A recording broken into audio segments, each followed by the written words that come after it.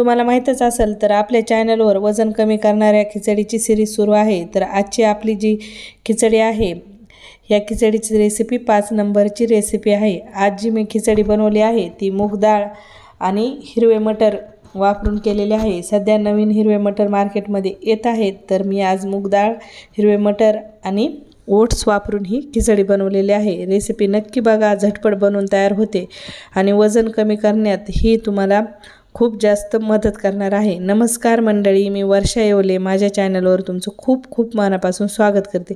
चला तर मग खिचडीची रेसिपी पाहून घेऊया। तर खिचडी बनवण्यासाठी मी इथं घेतलेले आहे 5 चमचे मूग डाळ। पोहे खायच्या चमच्यानी 5 चमचे मूग डाळ घेतली आहे।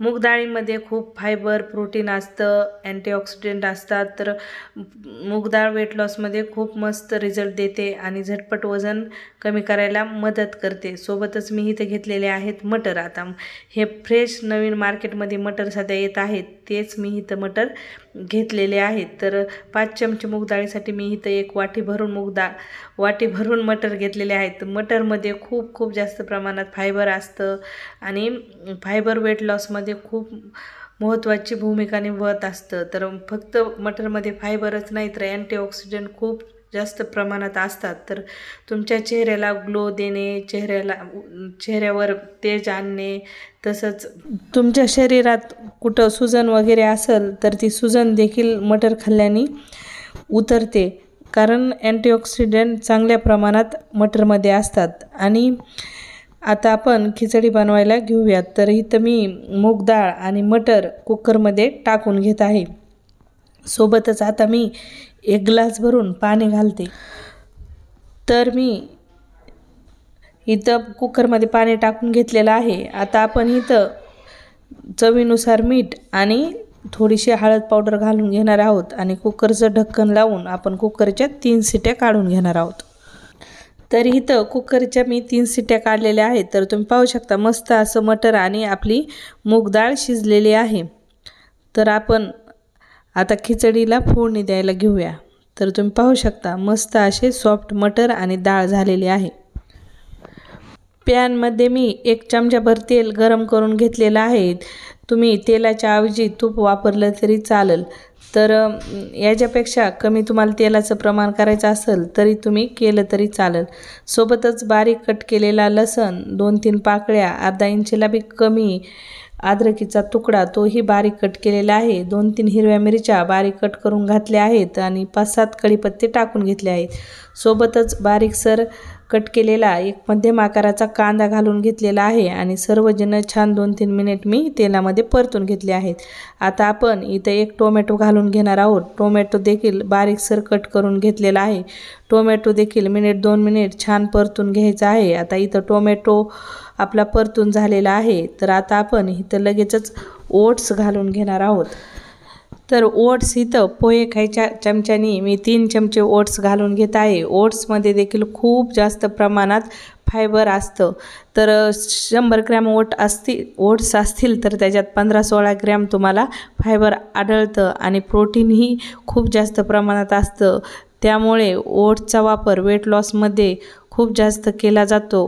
तर इथं ओट्स मी छान सर्व जिन्नससोबत 2 मिनिट परतून घेतले आहे। आता आपण जे मटर आणि डाळ शिजून घेतलेली होती ती इथं घालून घेणार आहोत आणि छान आपल्याला इथं डाळ वगैरे मिक्स करून घ्यायची आहे आणि थोडंसं पाणी घालून घ्यायचं आहे आणि खिचडी आपल्याला छान मिक्स करून 5 मिनिट मध्यम गॅसवर शिजून घ्यायची आहे।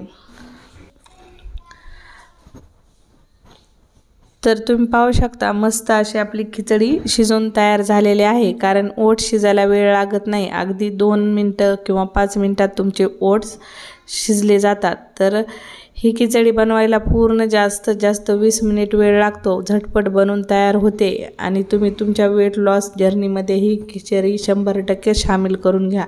तुम्हाला रिझल्ट पक्के भेटणार म्हणजे पक्के भेटणार।